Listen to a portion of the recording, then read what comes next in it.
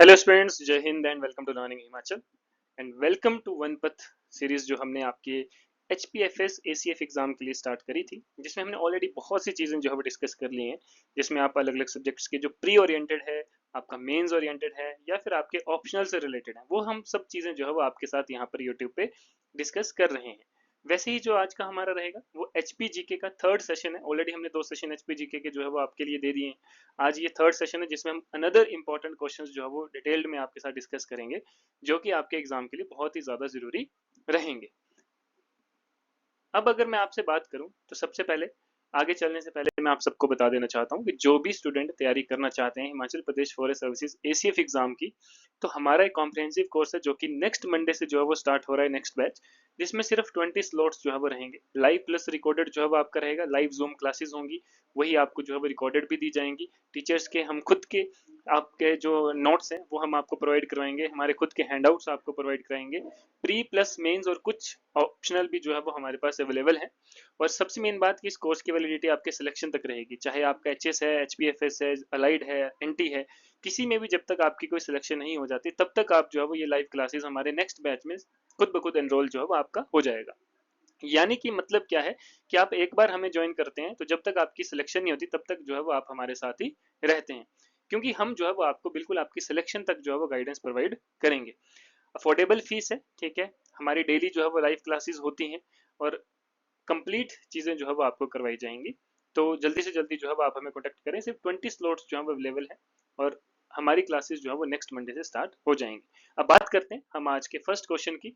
जो आज का हमारा पहला क्वेश्चन है, तो पहला क्वेश्चन है, कंसीडर द फॉलोइंग स्टेटमेंट्स। आपको कुछ स्टेटमेंट्स दी हैं और आपने बताना है। पहली स्टेटमेंट है, the lesser Himalayas are composed of highly unsolidified deposits which easily erosion. Second है, Dhauladhar branches off from the outer Himalayan range near Badrinath. Third है, great Himalayan range bends towards the Dhauladhar range near the source of the river Ravi.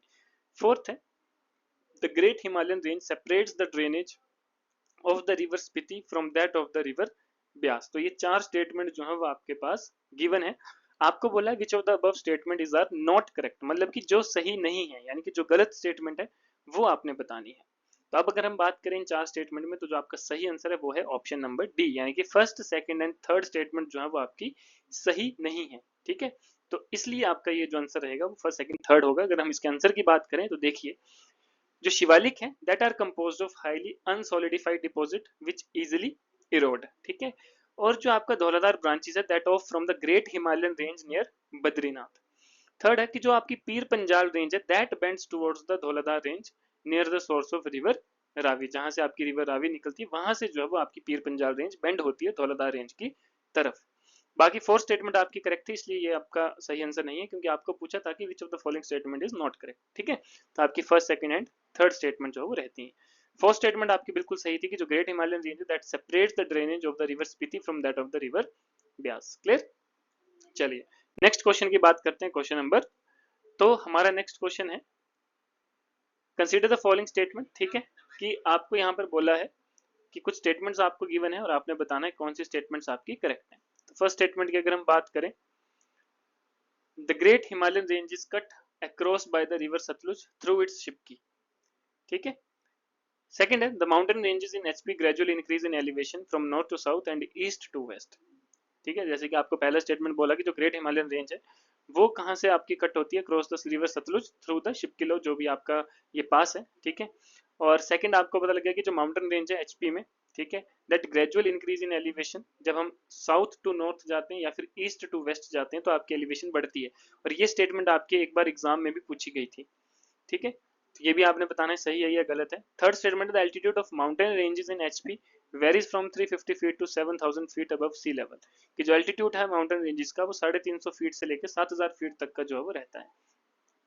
Fourth है, Himachal is situated in the heart of middle Himalayas. तो ये आपके चार statement है, आपने बताना which of the above statement is are correct. तो कौन सी स्टेटमेंट आपकी करेक्ट है, वो है ऑप्शन नंबर ए, यानी कि नन ऑफ द अबव, की कोई भी स्टेटमेंट आपकी करेक्ट नहीं है, सभी स्टेटमेंट जो है वो आपकी गलत हैं। अब करेक्ट स्टेटमेंट क्या है कि जो झांसकर रेंज है ये आपकी यहाँ से कट होती है cross by the river Sutlej through the Shipki defile, ये जो शिपकी लोपास है। उसके बाद जो सेकंड स्टेटमेंट है इसमें आपको बोला है कि जो माउंटेन रेंज है एचपी में that gradually increase from south to north, यानी कि जब आप साउथ टू नॉर्थ जाते हो या फिर वेस्ट टू ईस्ट जाते हो तब आपका जो माउंटेन रेंज की एलिवेशन है वो ग्रेजुअली इंक्रीज करती है।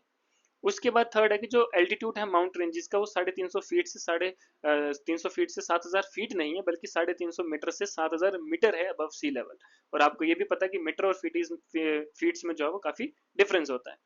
उसके बाद फोर्थ अगर हम बात करें तो हिमाचल जो है वो situated in the heart of western Himalayas, ना कि मिडल हिमालयस। तो ये आपने चार स्टेटमेंट जो है आपकी बहुत इंपॉर्टेंट है, यहाँ से आपके क्वेश्चन जो है वो कई बार रिपीट भी हो जाते हैं। क्लियर? चलिए आगे अगर हम चलते हैं क्वेश्चन नंबर, नेक्स्ट हमारा क्वेश्चन आपको बोला है Kangra valley ranges from west to east rising gradually from Shahpur to Baijnath. Second है in no scenery in my opinion by GC Barnes talk about Kangra valley. Third है Kangra valley was once the abode of the ice age man. तो ये तीन statement आपको given है, आपको बोला which of the above statement is are not correct, जो सही नहीं है, यानी कि जो गलत स्टेटमेंट है वो आपने बताना है। तो सही ऑप्शन है ऑप्शन ए, यानी कि नन ऑफ द अबव, की कोई भी स्टेटमेंट आपकी जो है वो गलत नहीं है, सभी स्टेटमेंट जो है वो आपकी बिल्कुल करेक्ट है। ठीक है, कि जो कांगड़ा वैली की रेंज है वो वेस्ट टू ईस्ट है, जो gradually from Shahpur to Baijnath rise करती है। No since in my opinion ये किसने कहा था? जीसी बांस ने कहा था अबाउट द कांगड़ा वैली। और कांगड़ा वैली जो है एक टाइम पे आइस एज मैन का जो है वो abode of the ice age man जो है वो हुआ करता था। ठीक है, ये तीनों स्टेटमेंट्स जो है वो आपकी करेक्ट है। नेक्स्ट क्वेश्चन की बात करते हैं। नेक्स्ट क्वेश्चन है कंसीडर द फॉलोइंग स्टेटमेंट कि gypsum deposits are located in Sirmaur, Kinnaur and Spiti valley. कि जो जिप्सम के डिपॉजिट्स हैं वो कहाँ कहाँ लोकेटेड है? Sirmaur, Kinnaur and Spiti valley. और आपको पता है जिप्सम बहुत इंपॉर्टेंट एक जो है वो आपका मटेरियल है जो कि आपके सीमेंट्स में यूज होता है। सेकंड है rock salt deposits are located in Mandi district. Third है Sirmaur and Bilaspur deposits of limestone are of quality suitable for cement industry. तो ये तीन स्टेटमेंट आपको गिवन है, आपने बताना है कौन सी स्टेटमेंट जो है वो करेक्ट है। तो सही स्टेटमेंट की अगर हम बात करें तो वो है ऑप्शन ए, यानी कि ऑल ऑफ द अबव, कि सारी स्टेटमेंट्स जो है वो करेक्ट है। जी हाँ, जिप्सम जो है वो आपका कहाँ पे पाया जाता है? सिरमौर, किन्नौर और स्पीति वैली में मेनली पाया जाता है। रॉक सॉल्ट डिपॉजिट जो है वो आपके मंडी डिस्ट्रिक्ट में है। सिरमौर और बिलासपुर जो है वो आपका that deposit of limestone are of quality suitable for cement industry. इसलिए आपको पता है कि आपके बिलासपुर में है ना, जो ये सोलन बिलासपुर वाला जो एरिया है यहाँ पर आपके काफी सीमेंट प्लांट भी है ना। तो इसीलिए क्योंकि यहाँ पर क्या है, लाइमस्टोन के डिपॉजिट्स आपको मिल जाते हैं, तो जो आपकी कंस्ट्रक्शन आप बोल सकते हैं कि मैन्युफैक्चरिंग कॉस्ट है वो थोड़ी सी कम हो जाती है, क्योंकि आपको लोकली अवेलेबल मटेरियल यहाँ पे मिल जाता है। ठीक है, तो ये तीनों स्टेटमेंट जो है वो आपकी बिल्कुल करेक्ट है। बात करते हैं नेक्स्ट क्वेश्चन की। आपको बोला है consider the following statement the panoramic view of Bara Bangal is visible from Shringtingu lake. ठीक है, a temple dedicated to Lord Deriveshwar is situated at Lama Dal Lake in Kangra. Third है Radhashtami fair takes place around Karali Lake after 15 days of Janmashtami in Kangra. Fourth है Shigri Peak is clearly visible from Kunjum Pass. तो ये चार statement आपको given है, चारों अलग अलग तरह की और बहुत इंपॉर्टेंट है। आपको बोला है which of the above statement is are not correct, यानी कि जो सही नहीं है, जो गलत है वो बताना है। तो सही आंसर है सी, यानी कि सेकंड एंड थर्ड। इस सेकंड एंड थर्ड स्टेटमेंट जो है वो आपकी सही नहीं है, बाकी फर्स्ट और फोर्थ स्टेटमेंट आपकी करेक्ट है। आइए इसका आंसर जानते हैं कि जो पेनोरामिक व्यू है बड़ा बंगाल का that is yes visible from Shringtingu lake. ठीक है, और जो टेम्पल डेडिकेटेड है लॉर्ड देवेश्वर का वो आपका डल लेक पे है।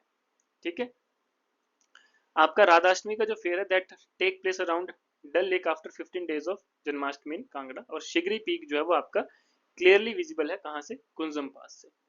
ठीक है, तो ये जो है वो आपका रहता है, और बहुत इंपॉर्टेंट जो है वो आपके हमने कुछ यहाँ पर डिस्कस करे हैं। क्लियर?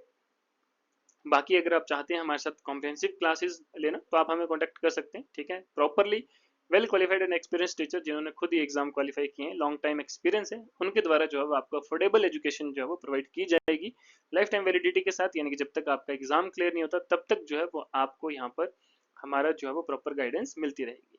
तो आज के लिए इतना ही, मिलते हैं नेक्स्ट सेशन में, तब तक के लिए धन्यवाद, जय हिंद।